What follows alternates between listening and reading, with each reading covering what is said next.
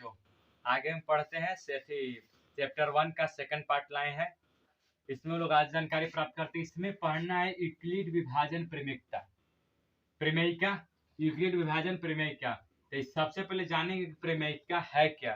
तो प्रमेयिका के बारे में कहता है कि एक सिद्ध किया हुआ कथन है। क्या बाबू? पहले से ही सिद्ध किया हुआ कथन है। और इसके बारे में आगे कहता है कि इसे एक अन्य कथनों को सिद्ध करने में प्रयोग किया जाता है। यानी कोई और कथन है जिसको सिद्ध करने के लिए हम लोग इसका प्रयोग करते हैं। तो इसमें एक और कथन कौन सा हो गया? तो एक कथन का यूक्लिड विभाजन प्रमेयिका हो गया। क्या हो गया? यूक्लिड विभाजन प्रमेयिका। ठीक। तो यूक्लिड विभाजन प्रमेयिका में बोलता है बाबू कि इसमें दो धनात्मक होते हैं। कितने होते हैं? दो धनात्मक। एक ए होता है, एक बी होते हैं। कितने धनात्मक होते हैं? दो धनात्मक होते हैं, एक ए एंड एक बी होते हैं। देखो बाबू, जब ए और बी होते हैं तो इसमें जो ए होते हैं वो बड़े होते हैं किससे? बी से। जो ए होते हैं वो बी से क्या होते हैं? बड़े होते हैं। जब इसमें बी से हम ए में डिवाइड करेंगे तो हमारे पास क्या आएगा? क्यू आएगा। जब ए से बी में डिवाइड करेंगे, जब ए से बी से जब ए में डिवाइड करेंगे तो हम लोग को क्यू आएगा। क्या आएगा? क्यू। और जो शेष बचेगा उसे हम लोग क्या बोलेंगे? रिमाइंडर बोलेंगे। क्या बोलेंगे? रिमाइंडर बोलेंगे। चलो आगे समझते हैं हम लोग।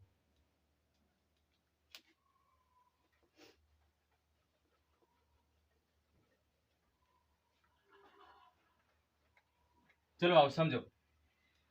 यूक्लिड विभाजन प्रमेयिका के बारे में कहता है कि इसमें दो धनात्मक होना चाहिए। कितने नंबर? दो धनात्मक संख्या, जिसमें ए और बी क्या है बाबू? धनात्मक है।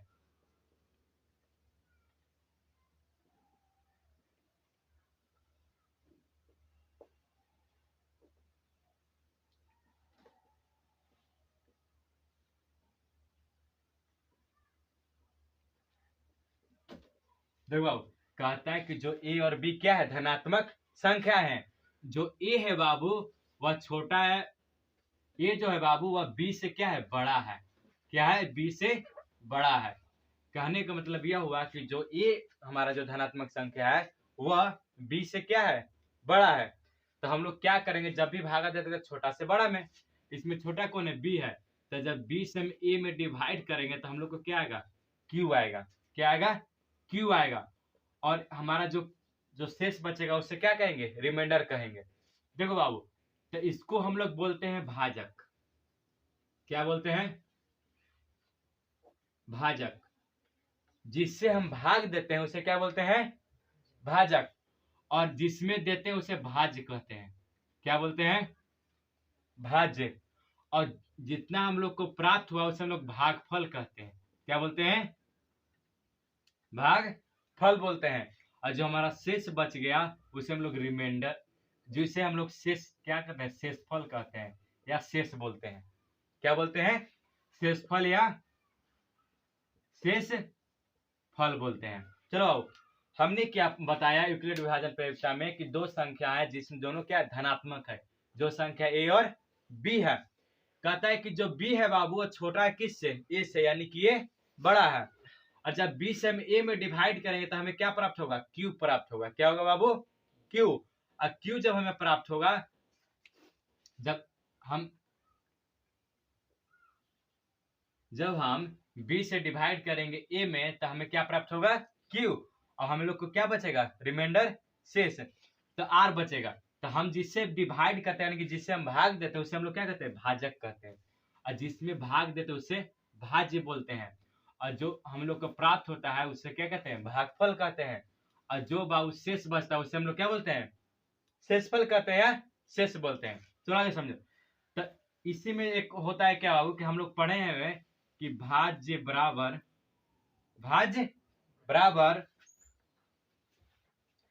भाजक गुने भागफल प्लस क्या? शेष। यानी कि भाज्य बराबर भाजक प्लस भागफल प्लस शेष। तब बताओ अब इसमें भाज्य क्या है? हम लोग का ए है। भाज्य बराबर क्या है? ए है। अब भाजक कितना है, बी है, और हम लोग का भागफल कितना है, क्यू है। यानी कि भागफल कितना है बाबू, क्यू है, और हम लोग का शेष क्या है, आर है। जब इसको सोल्व करेंगे तो क्या आएगा, ए बराबर बी क्यू प्लस क्या, reminder, B Q plus reminder. तो बाबू यहाँ पर याद रखना है इतना चीज कि जीरो से बाबू रिमाइंडर, जीरो से रिमाइंडर हमेशा क्या होगा, बड़ा होगा।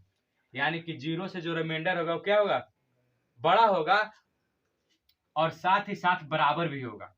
बड़ा के साथ साथ क्या होगा बाबू, बराबर भी होगा। एक बात और याद रखना कि रिमाइंडर से जो तुम्हारा भाज्य होगा यानी कि बी, रिमाइंडर से यानी कि जो भाज्य होगा यानी कि बी, वह बराबर भी हो बराबर नहीं बल्कि हमेशा क्या होगा, बड़ा होगा। क्या होगा बाबू, बड़ा होगा, क्योंकि जब बराबर होगा तो कट जाएगा, बराबर जब होगा तो क्या हो जाएगा, कट जाएगा।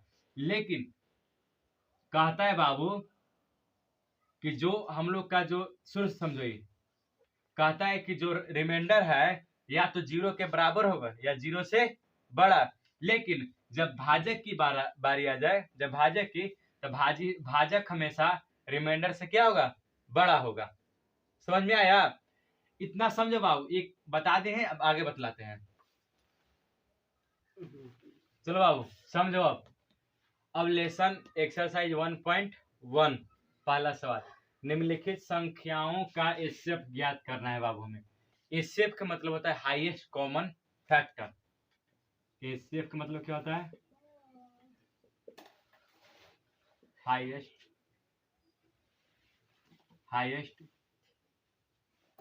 Common factor. यही बाबू हमको क्या करना है, निकालना है। हम लोग निकालेंगे, और भी किसके माध्यम से करें, यूक्लिड विभाजन लोगारिथम के माध्यम से में क्या करना है, निकालना है। तो देखो बाबू इसमें दो चीज पहले याद रखना कि अगर लोगारिथम बोले तो दो चीज इसमें देखना कि दो चीज हमेशा दिया रहता है, ए एंड बी। क्या दिया हुआ रहता है, ए एंड बी। तो ए मान जो बड़ा रहेगा उसको ए मानेंगे, तो ए बराबर 225 हो गया, और बी बराबर कितना हो गया, 135। बी बराबर कितना हो गया, 135। यानी कहने का मतलब कि जो बड़ा है उसको ए मानेंगे, जो छोटा है उसको बी मानेंगे। ठीक, तो इसका लोगरिथम में क्या करना कि सबसे पहले बी से हम लोग किस में डिवाइड करते हैं, ए में डिवाइड करते हैं। ठीक, तो बी के स्थान पर कितना रखेंगे, बी का मान कितना है, 135 है, और ए का मान कितना है, 225 है। यानी कि बी के ए के स्थान पर कितना, 225, और बी के स्थान पर कितना, 135। तो लोगरिथम निकालने में और भी प्रयोग से, तो इसका एक फॉर्मूला होता है बाबू। इसका फॉर्मूला ये होता है कि ए बराबर बी इंटू क्यू प्लस क्या, आर। क्या होता है, ए होता है। और तुम लोग को एचसीएफ कहता है कि जब तक, एचसीएफ का मतलब क्या होता है, जब तक रिमाइंडर क्या ना जाए, जीरो ना आ जाए। एचसीएफ का मतलब यही ना कि रिमाइंडर जब तक क्या जाए, जीरो ना हो जाए। यानी कि आर बराबर जब तक जीरो नहीं हो जाएगा जब तक एचसीएफ निकलते चला जाएगा, यानी जब तक डिवाइड होते चला जाएगा। तो अब इसमें एक काम होता है कि जैसे में ए बी से डिवाइड किए हम लोग, बी से ए में, किससे डिवाइड किए, बी से ए में, तो यहाँ क्यू आता है, और यहाँ क्या बचता है, आर बचता है। ठीक, आर जब बचेगा तो हम लोग उस नंबर में डिवाइड करेंगे जो नंबर से हम क्या किए, डिवाइड किए। ठीक, तो इसको हम लोग R1 करेंगे, तो R1 से हम लोग डिवाइड किस में करेंगे, बी में, क्योंकि बी हमें भाग देते ना, जिससे हम भाग देंगे उसी को बीच में रखेंगे। R1 से डिवाइड किए तो यहाँ माने थे Q आएगा, Q2 आ जाएगा, Q1 है, डॉट डॉट डॉट R3 आ जाएगा, R2 आ जाएगा। क्या आ जाएगा बाबू, R2। फिर हम लोग डिवाइड करेंगे R2 से R1 में, किससे डिवाइड करेंगे, R1 में, क्योंकि बाबू हम लोग यहाँ पर B से डिवाइड किए तो R1 आया, तो हम लोग B में डिवाइड किए किससे, R1 से। यानी कि जिस नंबर से हम डिवाइड करेंगे और जब शेष बचेगा तो पुनः उसी में डिवाइड कर देंगे। समझ में आया। तो जैसे देखो सवाल में ही देखो, यहाँ पर देखो, इसी को इधर देखो बाबू, जैसे यहाँ पर 135 हो गया और 225 में डिवाइड किए, कितना बार में लगेगा, एक बार में लगेगा, 135। 135 माइनस करो तो 0, तो ये बचा कितना, दून है तो 12, एक हासिल तो 12, 12 में से 3 गया, कितना बचेगा 9, एक में से गया, खत्म। अब आओ देखो 135 से तो 90 नहीं लगेगा, नहीं ना, तो हम क्या बोले कि जब नहीं लगता है तो जिससे हम डिवाइड दे रहे हैं पुनः उसी में डिवाइड कर देंगे। अब किससे डिवाइड करेंगे, जो हमारा शेष बचा है उससे। हम लोग के पास शेष कितना बचा है 90, और नंबर कितना से डिवाइड किया था 135 से। अब हो गया ना, तो इसको हम लोग R1 मान लिए, ये B था तो B को बीच में रख देना, और Q1 हो गया। अगर डिवाइड किया तो कितना बार में, एक बार में, तो ये हो गया Q2। तो 90 हम डिवाइड करेंगे तो कितना आ जाएगा, 5 में से 0 गया 5, 5 में से 0 गया 5, अभी बचा कितना 13, 13 में से 9 गया 4, कितना आएगा 4। अब देखो बाबू यह तो R2 आ गया, अब R2 से हम R1 में क्या करेंगे डिवाइड ना, तो R1 के मान कितना है 90, R1 का मान कितना है बाबू 90, तो 90 45 से कट गया ना दो बार में। अब हमारा देखो बाबू R बराबर यहाँ क्या आ गया 0 आ गया ना, तो R बराबर जो 0 आ गया और जिससे हम डिवाइड किए, यानी कि संख्या में R1 में हम जिससे डिवाइड किया, हमारा R बराबर जब 0 आ गया और किससे डिवाइड करने पर 0 आ गया, वही तुम्हारा क्या कहलाएगा, एस शेप कहलाएगा। क्या बाबू, एस शेप कहलाएगा। चलो फिर से समझो,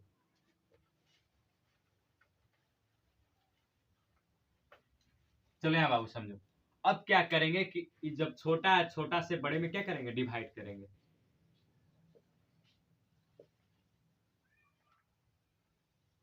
चलो कितना बार में, तो एक बार में कट जाएगा,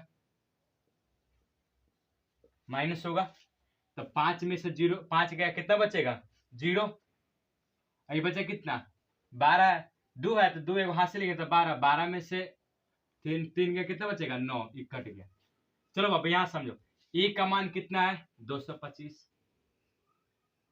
चलो आगे समझो, ए का मान कितना है 225 बराबर बी का मान कितना है 135, क्यू का मान कितना है 1, रिमाइंडर का मान कितना है 90।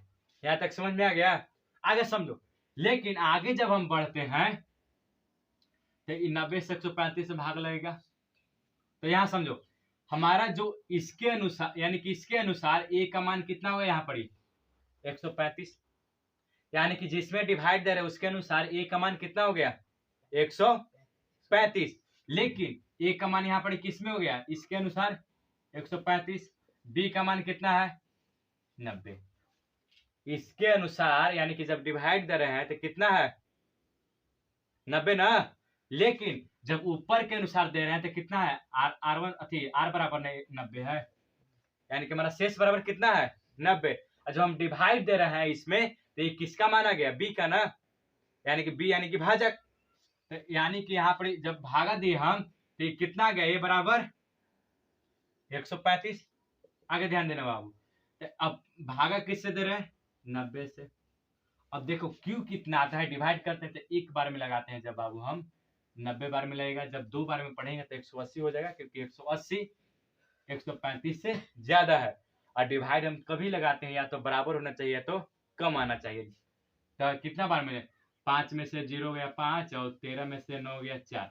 चलो बाबू समझो, यहाँ पर क्यू का मान कितना आ गया 1 और रिमाइंडर का मान कितना आ गया 45। चलो समझो, सेम तरीका वही करेंगे, जो हमारा रिमाइंडर बचा उससे अब हम लोग बी मानेंगे, जो हमारा जो शेष बचा, जैसे शेष हमारा क्या बचा 45 बचा, तब इसको हम लोग क्या मानेंगे बी मानेंगे। तो इसके अनुसार नीचे जब डिवाइड करेंगे 90 में, तो इसके अनुसार ए का मान कितना हो गया 90, किसके अनुसार बाबू, जब इसके अनुसार हम जब डिवाइड करेंगे तो इसके अनुसार कितना गया, ये बराबर 90। अब बी का मान कितना आ गया 45, ये R2 बराबर कितना है 45, या मान लेते R1 है तो ये कितना हो जाएगा R2 ना, इसके अनुसार। तो जब इसके अनुसार ये R2 है, ठीक, तो इसके अनुसार क्या है B है, और इसका मान कितना है 45। तब देखो बाबू, इसको जब हम B होगा वही क्या हो जाता है A हो जाता है, 90 बराबर 45 गुने कितना, अब 2 बार में कट जाएगा ना 90। चलो बाबू देखो 45 गुने 90 बराबर कितना 0। देखो बाबू जब R का मान 0 आ जाए, R का मान क्या आ जाए 0, अब हम b से जब डिवाइड करते रहते हैं, यानी कि b बराबर कितना यहाँ पर था 45, तो हमारा जो b संख्या होता है उसी को हम लोग क्या बोलते हैं, एचसीएफ मानते हैं। क्या बोलते हैं बाबू, एचसीएफ बोलते हैं। समझ में आया। चलो इन लोग देखो पूरा प्रक्रिया का सिर्फ एक ही नियम याद रखना कि पहला में जिसको हम बी माने थे, दूसरा लाइन में उसी को क्या मान लेंगे, ए मान लेंगे, और जिसको हम लोग रिमाइंडर माने थे उसी को हम लोग क्या मान लेंगे, बी मान लेंगे। ए बी के मतलब यह हुआ कि ए माने होता है भाज्य और बी के मतलब क्या होता है, अभाज्य संख्या। नहीं, ए का मतलब भाज्य और बी के मतलब क्या होता है, भाजक होता है, और आर के मतलब क्या होता है, शेष हो जाता है। समझ में आ गया। यहाँ पर एचसीएफ बराबर तुम्हारा कितना हो जाएगा बाबू, 45 हो जाएगा। कितना हो जाएगा, 45 हो जाएगा।